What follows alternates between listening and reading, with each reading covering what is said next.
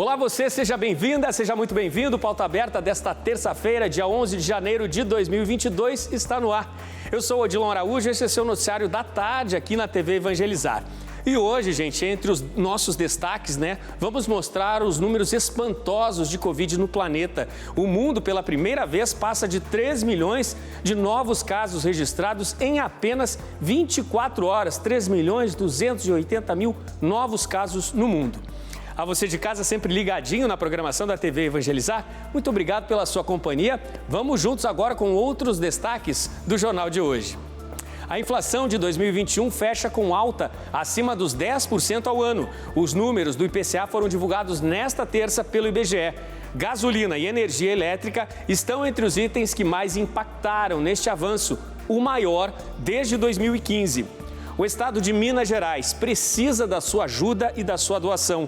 Já são mais de 140 municípios em situação de emergência. Estradas estão interditadas, serviços foram interrompidos. Hoje a gente traz destaques sobre como você pode ajudar.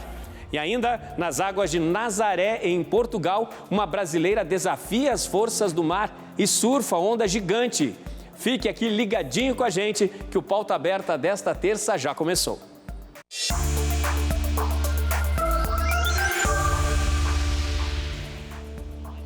A gente dá a largada hoje falando das dificuldades do brasileiro para fechar as contas, para dar conta de tantos aumentos, Em 2021, a inflação oficial do Brasil fechou em 10,6%. Foi o maior avanço desde o ano de 2015. Os números do IPCA foram divulgados nesta terça-feira pelo IBGE e destacam a alta no preço dos combustíveis de 47,49%, foi a que mais impactou no avanço da inflação em 2021.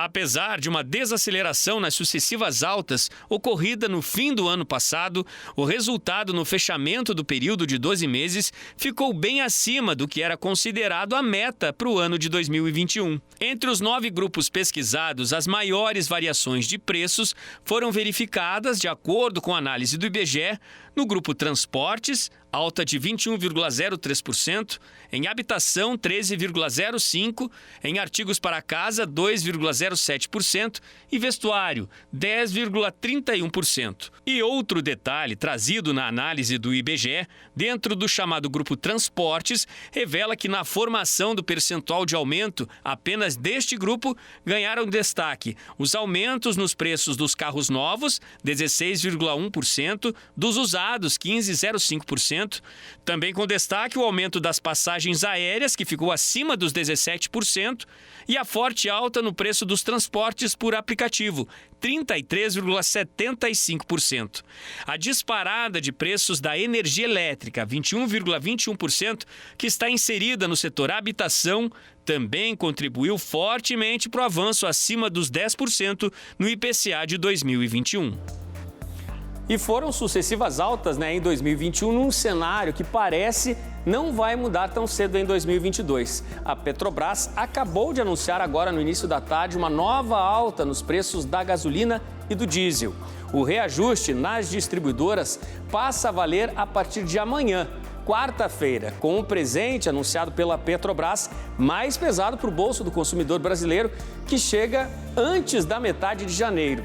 O preço médio para a venda de gasolina nas distribuidoras passa de R$ 3,09 para R$ 3,24 o litro, 4,85% de aumento.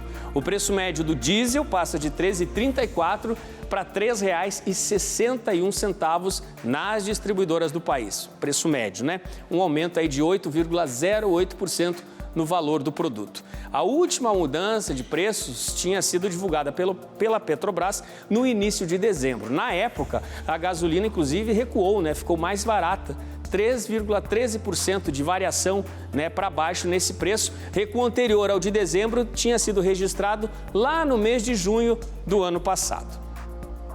E não só com a gasolina e o diesel, gente? Infelizmente, para você, a partir desse começo de ano, já prepare o bolso, Porque as contas se multiplicam no comecinho do ano. E se você não se programou, pode levar um susto.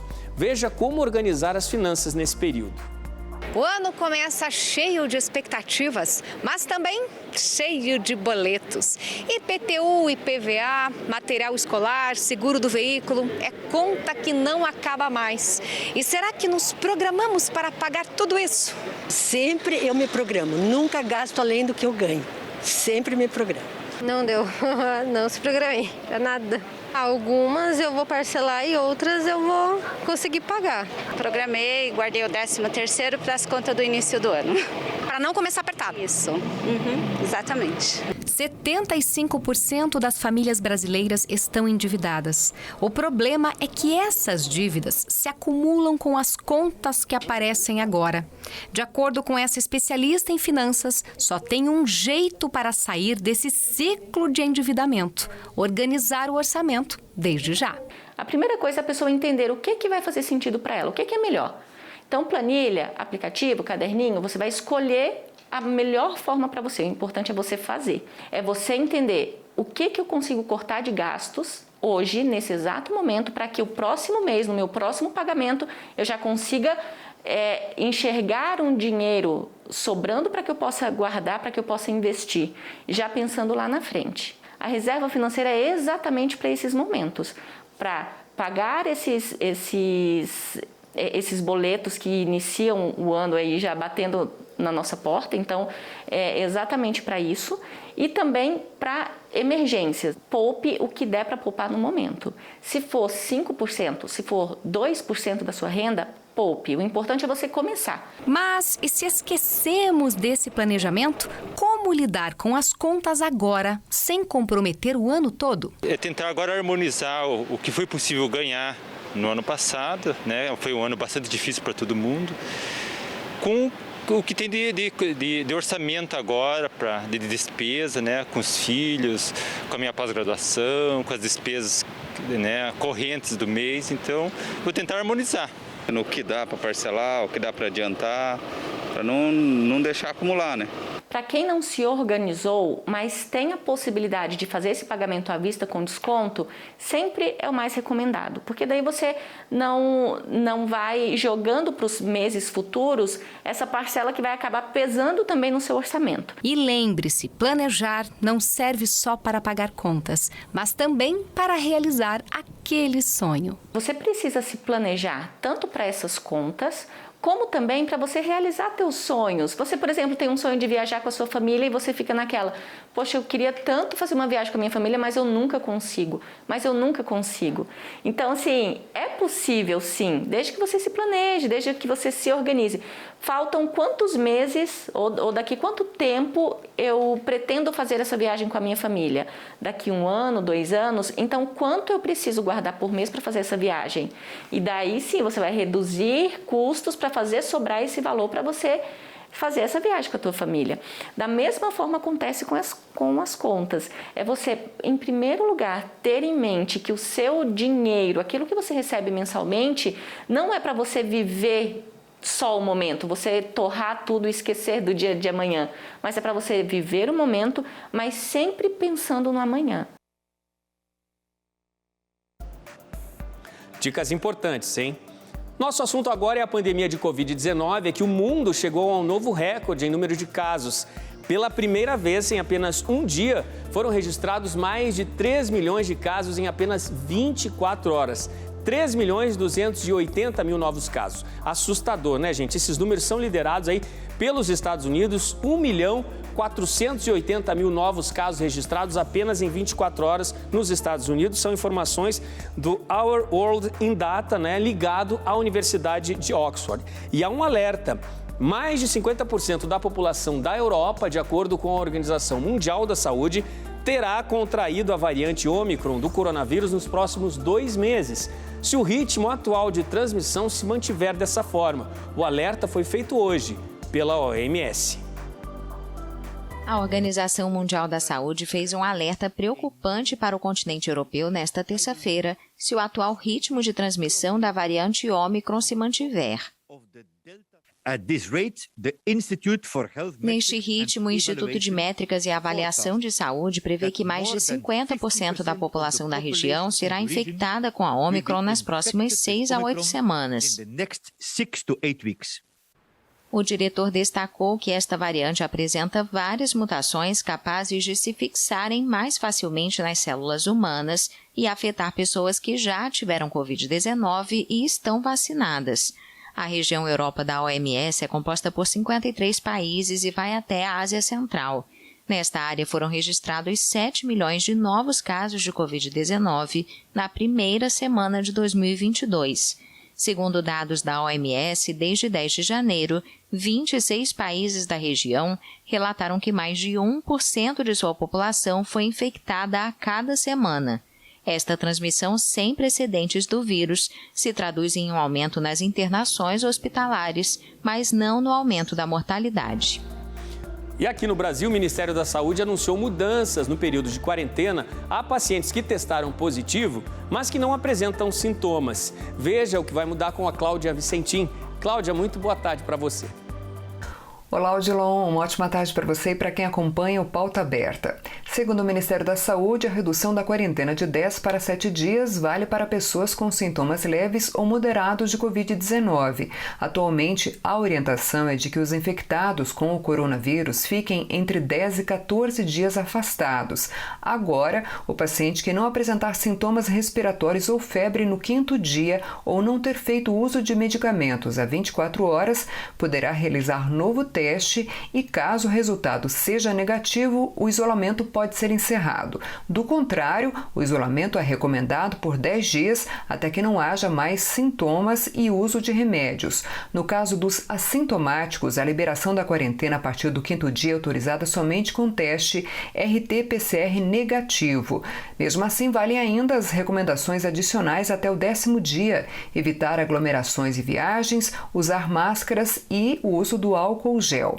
Para anunciar essas mudanças, no Guia de Vigilância Epidemiológica, o governo analisou medidas já adotadas em outros países, como Estados Unidos, por exemplo, que ainda em dezembro do ano passado autorizou a redução da quarentena de 10 para 5 dias em pessoas sem sintomas. Um pouco mais cedo, Odilon, o Ministério da Saúde anunciou também que vai pedir que a Agência Nacional de Vigilância Sanitária autorize o uso de autoteste para Covid-19. Esse tipo de exame, que pode ser feito em casa, também já é prática em outros países. Segundo o Ministério da Saúde, a autorização para a venda de autoteste iria agilizar o diagnóstico da doença. Mas, segundo a Anvisa, que proíbe a comercialização desse produto, o autoteste é feito com a coleta do material no nariz com cotonete ou por saliva, tem sensibilidade menor do que outros exames, como o PCR, e está sujeito ao erro do paciente não treinado. De qualquer maneira, até esta segunda-feira, a Agência Nacional de Vigilância Sanitária informou que ainda não havia recebido solicitação formal do governo federal para a liberação do autoteste para Covid no Brasil. Veja a seguir: aumenta o número de desabrigados, desalojados e de mortos em consequência das chuvas que não param em Minas Gerais.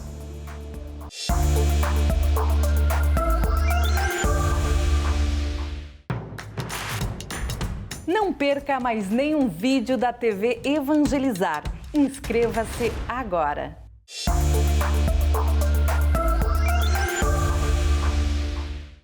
Pauta Aberta está de volta para este segundo bloco. Estamos ao vivo para todo o país, 5 em ponto agora. A você de casa, sempre ligadinho na programação da TV Evangelizar. Muito obrigado pelo carinho da sua audiência, de norte a sul aí do nosso país. Bom, vamos falar agora das fortes chuvas, que não param em Minas Gerais. Nas rodovias do estado, são pelo menos 120 pontos de interdição e mineradoras suspenderam operações diante dos riscos, a este tipo de trabalho, sem falar nas vítimas que não param de subir. Só da última semana de dezembro até agora são mais de 300 milímetros de chuvas, o que, segundo o Instituto Nacional de Meteorologia, já ultrapassa o esperado para o mês inteiro de janeiro. A previsão é de que a chuva continue em Minas Gerais nos próximos dias, principalmente nas regiões de divisa com o estado de São Paulo. A Defesa Civil alerta a população para que fique atenta aos volumes de chuva e às consequências delas, como as inundações, enxurradas e deslizamentos. O Corpo de Bombeiros avisa a quem mora em áreas de risco, perto de encostas, que é preciso ficar atento ao encharcamento do solo, que causa os deslizamentos. assim como aos moradores ribeirinhos, que ao perceber que o nível do rio aumentou, devem deixar suas casas e procurar um abrigo oferecido pelos municípios, para que não corram riscos. Com a chuvarada, as mineradoras suspenderam atividades.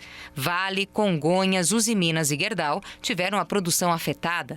Já o Instituto Brasileiro de Mineração disse não ter recebido nenhum comunicado oficial sobre a paralisação. E as chuvas complicam também a situação das rodovias estaduais e federais que cortam o estado de Minas. Segundo a Polícia Rodoviária, o trânsito está parcial ou totalmente interrompido em pelo menos 121 pontos no estado.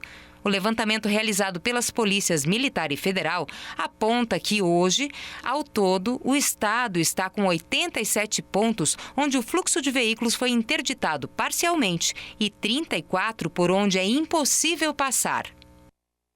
Muito difícil, né, esse janeiro começando no estado de Minas Gerais. São 145 municípios em Minas que enfrentam essa situação de emergência por causa das enchentes.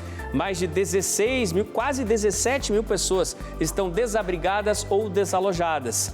Campanhas de doação estão sendo promovidas pelo governo mineiro, por prefeituras, municípios também, né, e por instituições não governamentais. E ontem nós conversamos aqui no Pauta Aberta, né, com o padre Wellington Neves da Silva, que é assessor diocesano de comunicação da paróquia Nossa Senhora da Penha em Itabira. Diante da situação crítica que o estado enfrenta, ele fez um apelo para o Brasil pedindo doações. E as comunidades eclesiais estão também abraçando esta causa e arrecadando doações. O Pauta Aberta vai mostrar agora, né, de novo o pedido do padre Wellington aos desabrigados de Minas Gerais atingidos pelas chuvas. Veja só. Nós estamos buscando trabalhar em parceria com a Defesa Civil em socorro destes nossos irmãos e irmãs. E nós, então, tomando consciência da real situação, estamos fazendo uma campanha de materiais e uma campanha monetária. De materiais, nós estamos precisando de água mineral. Muitas pessoas estão ilhadas, a Copasa não está conseguindo abastecer essas cidades com água. Alimentos não perecíveis, material de higiene pessoal e também de limpeza, roupas de cama e banho, colchões e máscaras descartáveis, porque muitas pessoas encontram-se em alojamentos, estão desprovidas desses itens.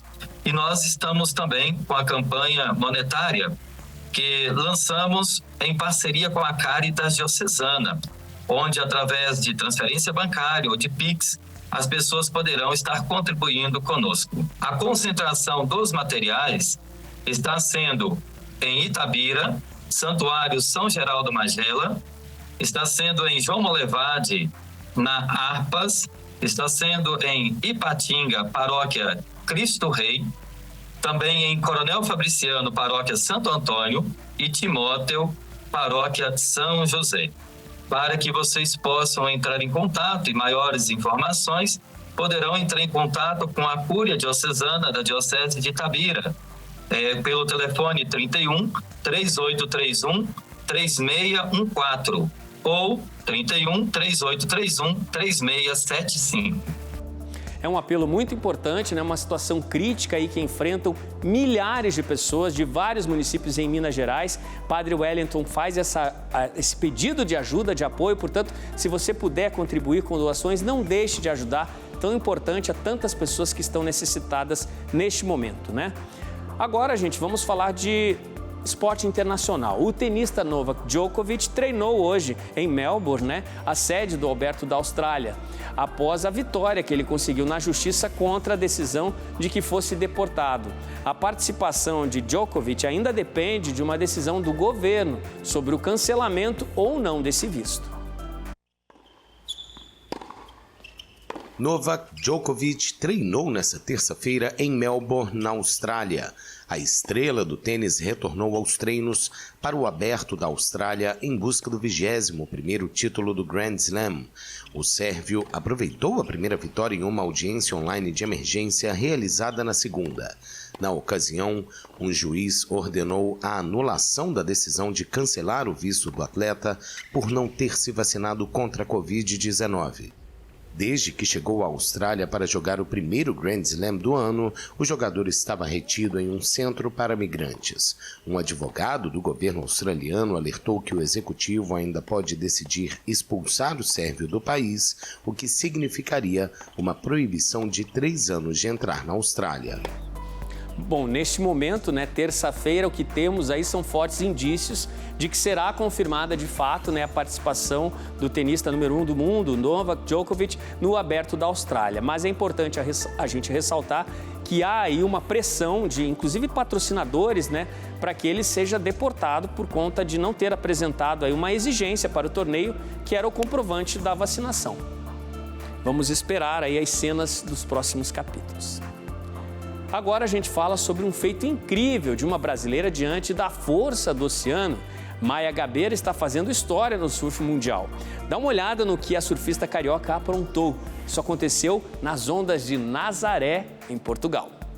No último domingo, a brasileira Maia Gabeira postou um vídeo no seu Instagram, surfando uma onda gigante nas praias de Nazaré, em Portugal.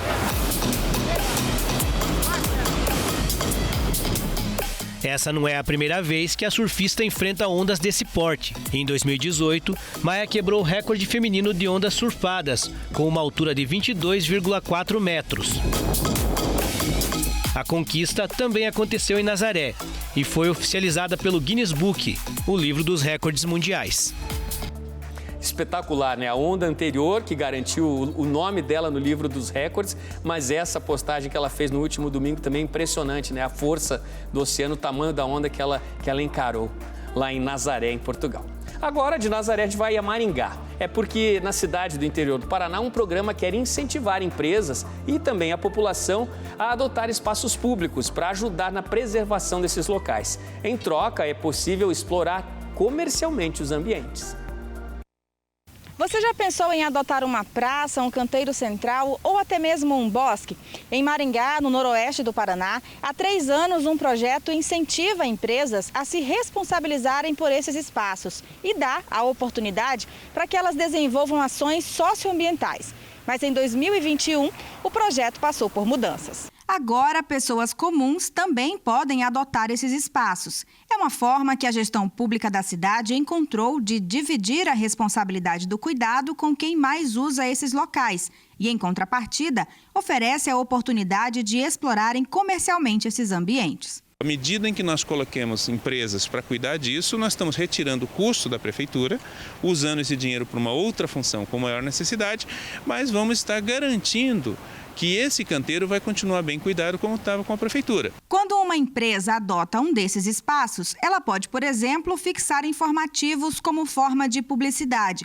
Se um cidadão comum decidir adotar uma praça, por exemplo, além de se responsabilizar pelo cuidado e preservação do local, ele pode instalar um quiosque para comercialização de produtos, mas é preciso apresentar um projeto e, se aprovado, o contrato inicial é de 3 anos. Essas empresas podem adotar isso por 3 anos, prorrogado por mais 3 anos. Então, teoricamente, pode ser uma adoção de até 6 anos.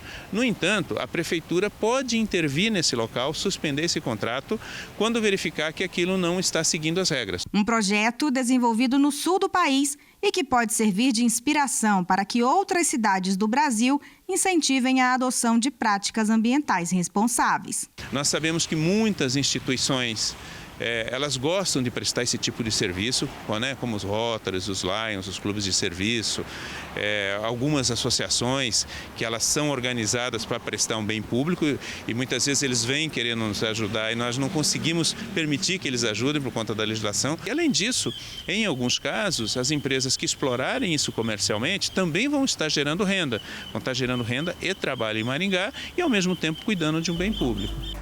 Que iniciativa legal que vem de Maringá, trazendo a população para que participe também dos cuidados com tantos logradouros públicos, O projeto andando com muitas pessoas, com o comércio participando, certamente vai deixar em melhores condições tantas praças, tantas pequenas praças também da cidade de Maringá, E com este exemplo tão legal de Maringá e com um pedido de apelo lá de Minas Gerais, a gente se despede do programa de hoje. A gente precisa destacar, né? São milhares de pessoas, mais de 16 mil pessoas desabrigadas ou desalojadas por conta das fortes chuvas que não param em Minas.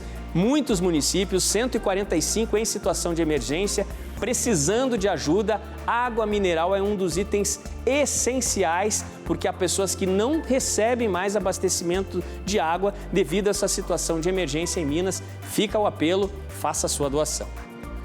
E o Pauta Aberta desta terça se despede. A você de casa, muito obrigado pelo carinho da sua companhia. Um ótimo fim de tarde. Amanhã, à tarde, a gente volta a se encontrar por aqui. Tchau, tchau.